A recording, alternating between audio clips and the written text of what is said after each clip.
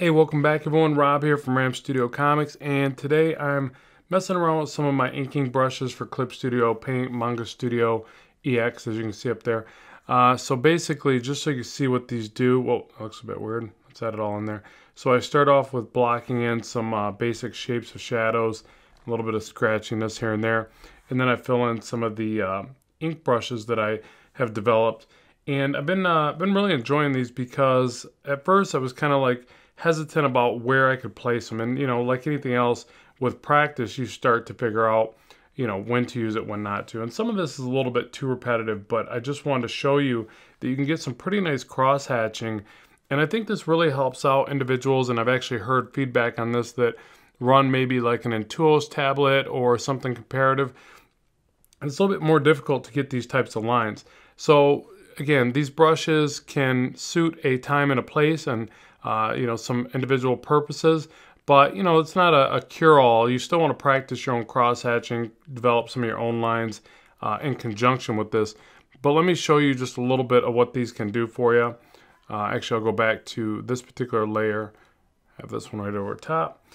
So let's go ahead and just drop some of these in real quick. So I've got ones that have already been in the set, and I actually made some modifications.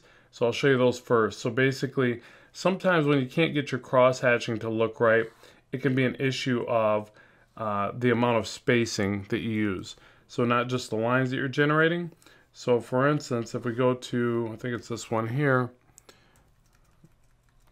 Yeah, so I condensed down the amount of spacing for some of these brushes, and I also changed it to where it rotates better with the pen axis like this, because it affords you a lot of opportunities to get in here and even develop cross-hatching with one brush. So for instance, I'll test it out on the arm here and show you what I'm talking about. So you can now take this brush, scale it to just the right size with your bracket keys, and rotate it around the bend. And if you get it closer to the edge of the arm, it's going to look like they're tighter in succession.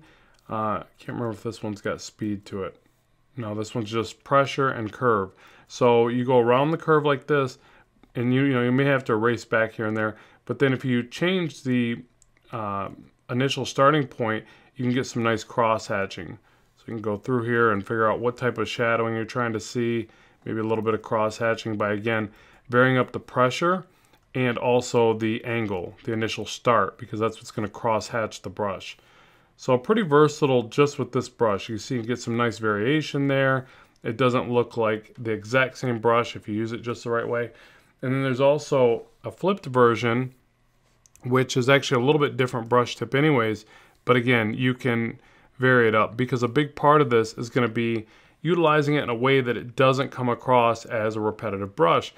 That's going to take practice. In fact, I'm still working on that myself. But again, you're going to vary up pressure and angle. So if you come across with a different angle altogether, notice there if you go left to right, you get the bottom spikes that are wider. If you go right to left, it's going to flip that brush. So you got to be aware of that. There might be some good effects that you can utilize with that as well, but generally you're going to rotate the canvas and get it just where you want. And again, vary up the way that you kind of apply it based upon the angle. So those are those two. Those are, like I said, they were already in the set, but I tightened up the bottoms because, again, there could really be even another version where these are bunded up even closer and the very bottom turns into a solid line, because you kind of get a neat effect with that. Like, you sometimes want all of this to be combined, and you want this kind of convergence of the lines. Sorry, that sounds like some weird sci-fi terminology, the convergence. But then, you also want to like play around with negative lines. So like a lot of times I'll draw these in and I'll come back with a couple erase lines to kind of enhance the effect.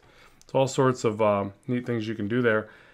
And so now let's try the other one. So I added some new ones. Triangular brush tip, that wasn't it. I play around with a lot of different ones to kind of figure things out. I'll include this one in the set, but it's kind of a little bit too cheesy or too much going on. I do think, though, it might be good for maybe some kind of crazy background or something. So I'll include it regardless, because I do like it when it overlaps like that. But I don't see it being as usable as these other ones by any means. Speed spike. This one is actually like if you're coming off the side of, say you got this solid shape here, and you need some lines to kind of blend into this. And the reason it's called a speed spike is this one actually goes with a few things. So if you press down with maximum pressure, you get a wider brush and you see the brush tip. But if you speed off, like a quick pull, you're going to get a solid combination of these. So see how they group together and become a solid?